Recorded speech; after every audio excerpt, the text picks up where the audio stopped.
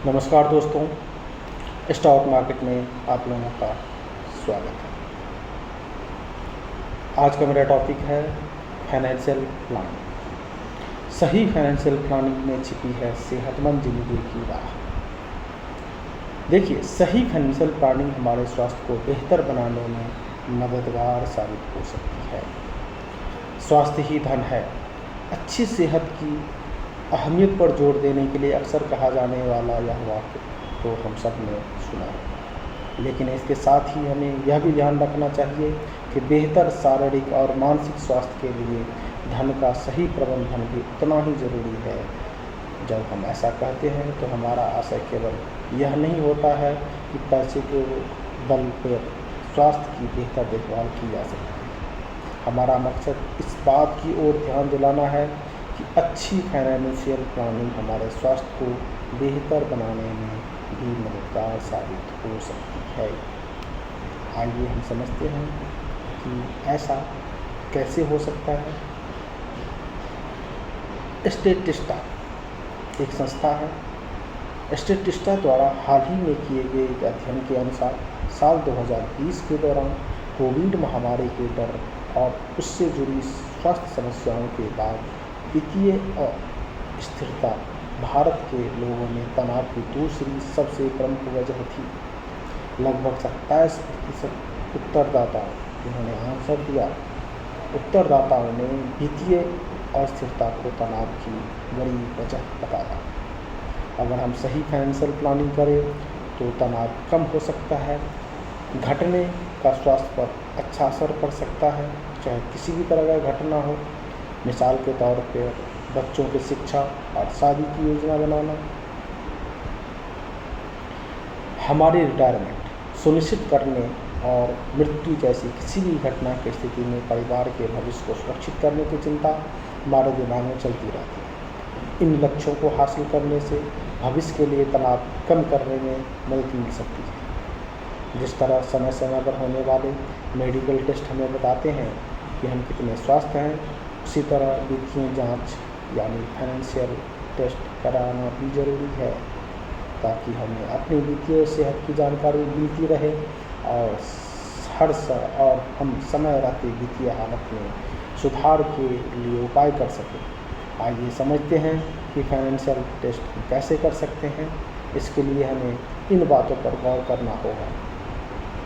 Saving बचत, यह आपकी सकल आय की तुलना में बचत प्रतिशत के अनुपात जितना अधिक होगा उतना अच्छा होगा। 30% से अधिक कोई भी प्रतिशत अच्छा माना जाता है। लिक्विडिटी, यह इस बात का संकेत है कि किसी आपात स्थिति से निपटने के लिए आपका पैसा कितना तरल है। यह बचत खाते में जमा पैसे, हाथ में उपलब्ध नकद और अन्य तरल संपत्ति है। किसी भी आपात स्थिति को पूरा करने के लिए आदर्श तरलता अनुपात 15% से प्रतिशत है। कर्ज संपत्ति आपको बताता है कि आपने अधिक उधार लिया है या नहीं। एक आदर्श अनुपात लगभग 50% है, मतलब जितना आपके पास संपत्ति है 50% से ज़्यादा कर्जा नहीं होनी चाहिए, यानी कुल कर्ज आपकी संपत्ति के 50% से ज़्यादा नहीं होनी चाहिए।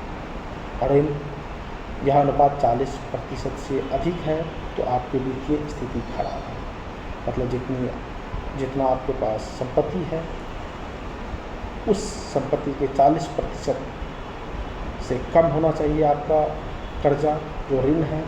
यह अनुपात आपकी आय की तुलना में EMI और क्रेडिट कार्ड के भुगतान जैसी आपकी मासिक ऋण देनदारी के आधार पर निकाला जाता है। देखिए, फाइनेंशियल हेल्थ की हालत बताने वाले इन अनुपातों के बारे में जानने के बाद अब आइए कुछ दीर्घकालीन उपाय के बारे में जानते हैं। जो हम फ्यूचर के बारे में जब हम कमाते हैं उसके बारे में सोच के जो हम सेविंग करते हैं, जिनकी मदद से हम अपने दीर्घकालीन लक्ष्य को हासिल करके वित्तीय तनाव को कम कर सकते हैं। बीमा जरूर कराएं। बीमा, इंश्योरेंस, हम में से अधिकांश लोग बीमा सुरक्षा नहीं रखते। यह स्थिति कोई भी अनहोनी होने पर हमारे परिवार को कमज़ोर बना देती है। पर्याप्त जीवन बीमा परिवार को उनके जीवन स्तर को बनाए रखने और किसी भी ऋण दायित्व को पूरा करने में मदद कर सकता है। इससे यह भी सुनिश्चित होता है कि आपको भविष्य के लक्ष्यों से कोई समझौता ना करना पड़े। किसी के पास कितना जीवन बीमा होना चाहिए, इसका पता लगाने के कई तरीके हैं, लेकिन एक साधारण नियम यह है कि आपका जीवन बीमा आपकी वार्षिक आय के कम से कम 10 से 15 गुना के बराबर होना चाहिए। मतलब अगर आप साल में 10 लाख रुपए कमाते हैं तो कम से कम 1 से 1.5 करोड़ रुपए का बीमा होना चाहिए। बीमा का दूसरा भाग स्वास्थ्य बीमा है, मेडिकल इंश्योरेंस। मेडिकल ट्रीटमेंट की बढ़ती लागत के कारण यह जरूरी है कि आप अपने एम्प्लॉयर से मिलने वाले किसी भी स्वास्थ्य बीमा के अलावा अपना खुद का स्वास्थ्य बीमा भी जरूर करवाएं। अगर आप जॉब करते हैं तो आपको कंपनी आपको मेडिकल इंश्योरेंस प्रोवाइड कराती है, लेकिन उसके अलावा एक पर्सनल मेडिकल इंश्योरेंस होना चाहिए।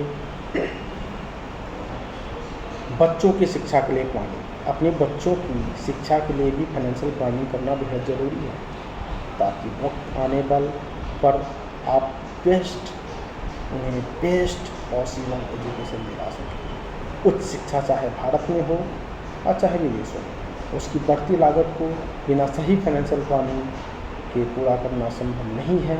इस मामले में अपने निर्धारित लक्ष्य को पूरा करने के लिए हर महीने एक निश्चित रकम का निवेश करना काफ़ी फायदेमंद रहता है।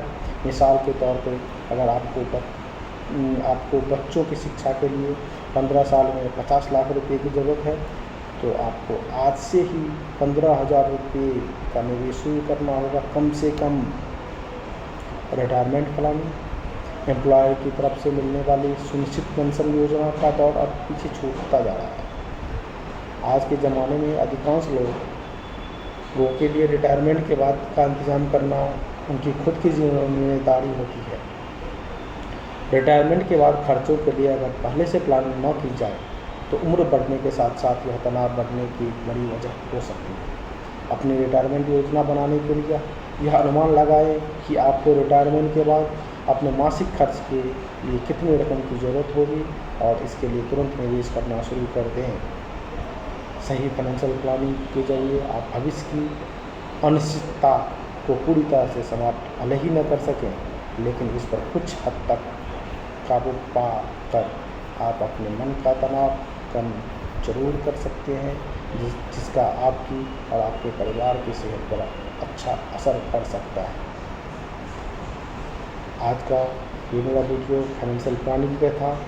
अगर आप लोगों को ये वीडियो अच्छा लगा तो प्लीज़ सब्सक्राइब कीजिए, लाइक कीजिए। Thank you so much. धन्यवाद।